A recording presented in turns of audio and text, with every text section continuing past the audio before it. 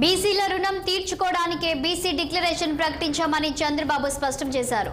బీసీల డిఎన్ఏలోనే టీడీపీ ఉందన్న ఆయన సంక్షేమ పథకాలు అమలు చేస్తూనే సంపద సృష్టిస్తామని పేర్కొన్నారు. టీడీపీ జనసేన ఆధ్వర్యంలో మంగళగిరిలో జయహో బీసీ సభను నిర్వహించారు.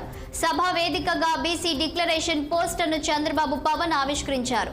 153 కులాలకు న్యాయం చేసే బాధ్యత తనదే అని, బీసీ సబ్ ప్లాన్ ద్వారా 5 ఏళ్లలో 1,00,000 కోట్లు కేటాయిస్తామని చంద్రబాబు హామీ ఇచ్చారు. బీసీ సబ్ ప్లాన్ వైసీపీ అమలు చేయలేదన్న చంద్రబాబు బీసీ నిధులను వెనుకబడిన కులాలకు అందేలా చర్యలు తీసుకుంటామన్నారు.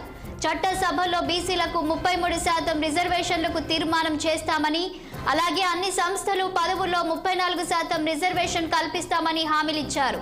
ఇక బీసీల పెన్షన్ 4,000కు పెంపు, శాశ్వత కుల ధృవీకరణ పత్రాలు, పెళ్లి కానుక కింద ₹1,00,000 సాయం, 50 ఏళ్లకే పెన్షన్, బీసీల కోసం ప్రత్యేక రక్షణ చట్టం, బీసీ ఆర్థిక పరిస్థితుల అధ్యయనం వంటి పథకాలు అమలు చేస్తామని వివరించారు చంద్రబాబు.